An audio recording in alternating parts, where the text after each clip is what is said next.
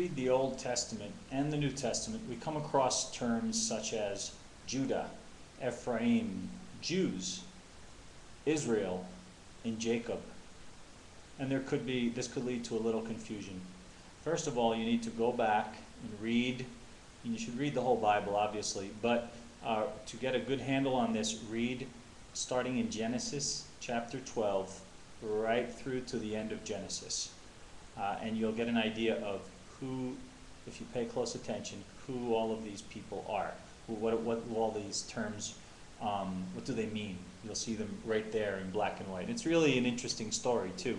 That part of the Bible is one of the, I guess you could say, the most enjoyable to read. It kind of reads like a movie because of, you have Abraham, Isaac, Jacob, some of the most incredible times. But actually the whole Bible is filled with incredible moments and things. But, some other times when they're describing every little facet on the tabernacle in the desert, it can get a little monotonous. But everything that's written in the Bible has a purpose and has a reason, whether we understand it right now or not. But anyway, let me just give you some rules of thumb to help you to understand what these terms mean.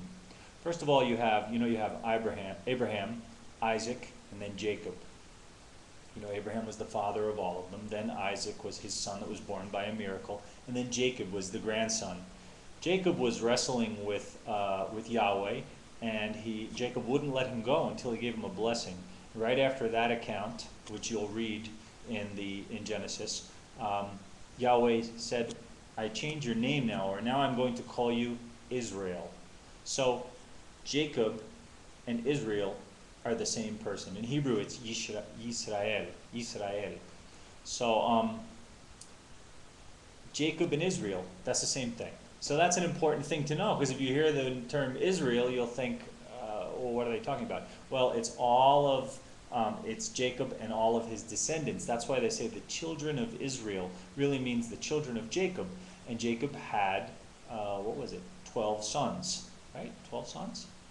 And they all had children, and they had children, and so on. And they were the ones that went into Egypt and became, at first they were there working with Joseph, their brother, and then they became slaves later on, and they had to be rescued and taken out of Egypt by Moses, led out by Moses. Really, they were freed by Yahweh, but Moses was used to lead them out. So then finally they go back into the land of Canaan, which was really their land, because Yahweh was giving it to them in the land of Israel. And it's actually a little bit bigger. It's kind of bigger than what modern-day Israel is. When you look on a map, modern-day Israel is shrunken. It's shrunk down, smaller than what the real biblical outlines of Israel should be. So even though they're fighting over it and they want to give land to the Palestinians, in the Bible, Yahweh really wants Israel to have much more. And imagine what all of the Muslims would say about that. But they should actually have much more, going over the borders into Jordan, up into Syria and Lebanon, and down into near Egypt. But that'll be taken care of later.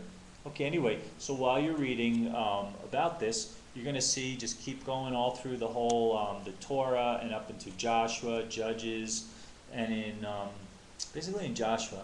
No, even up into 1st and 2nd Kings, then Samuel and Chronicles.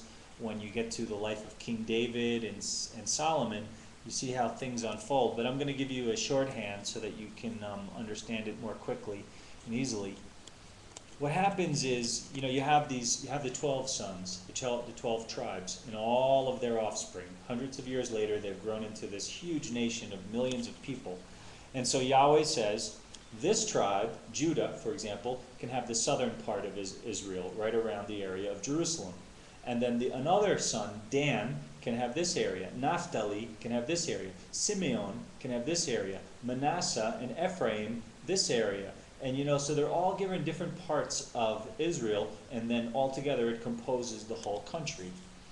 What happened is, right after, David was the first king, Solomon was the first king, then David, did I say Solomon? I'm sorry. Saul was the first king. And then David came after him, and then his son Solomon.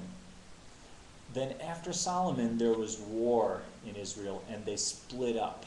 All of the tribes, they split up. And they basically split up into two parts. The southern kingdom, which was basically Judah, which then became Judea, which is around Jerusalem, and that's why they called the area at the time of Yeshua Judea. And all of the people that were living there were considered Jews. But some of them actually weren't from the tribe of Judah. That's where Jews came from. They were actually from the tribe of Benjamin, like Paul was in the New Testament, and others were Levites. But then the other 10 tribes, they were taken away in captivity many hundreds of years before that. They were taken away in captivity by the Assyrians. Not the Syrians, but the Assyrians. They were taken away into captivity, and we say they're lost, but they're really not lost. They're just in dispersion. They're out in diaspora. They're dispersed out into other countries, and they're not completely lost. They're actually all over the world. There are descendants of Israel in every single country, basically every single country and continent on earth, in Africa, in Asia, in India, Europe, South America, North America, all over. Every place you can think of. There, even on Antarctica, probably there are a few descendants of Israel. And that's important because we have an inheritance, and that is the land of Israel. And most of us probably have that. And if we don't, if we are pure Gentiles and we have no Israelite blood in us, that's okay, because when we're baptized into Yeshua, he was in the from the tribe of Judah, and so that, because in Galatians it talks about that. I think Galatians 4, it says that we, by being in Yeshua, we have the inheritance. We are grafted into Abraham through Judah and then into Abraham.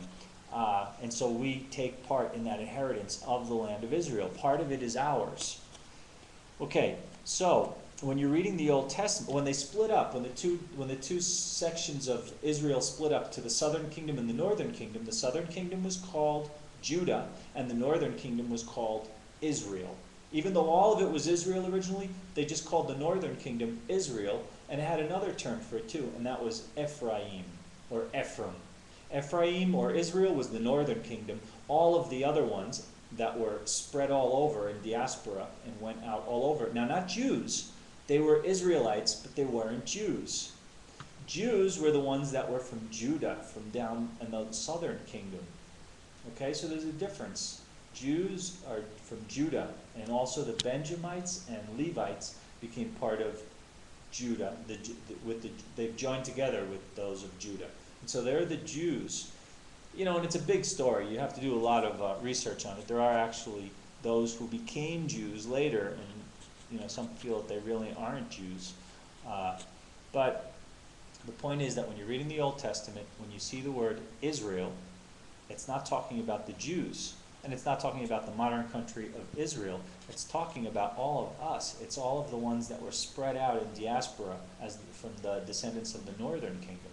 When it says Judah, it is talking about Jews and even descendants of Jews today. And when it says Ephraim, it's talking about the same as Israel. It's talking about, they use the one tribe, Ephraim, to talk in general about Israel, the northern tribes that were spread out all over. And when it says Jacob, Jacob is a synonym for Israel. And so that's talking about all of the Israelites. Jacob's other name was Israel. So I know it can seem a little bit confusing, but if you read back and study it, you'll see. But just remember, when it says Judah, it's talking about the Jews. When it says Israel or Ephraim in the Old Testament, especially in prophecies, it's talking about all of the rest of us. But a lot of us are probably descendants of Israel. So we're Israelites, but we're not Jews.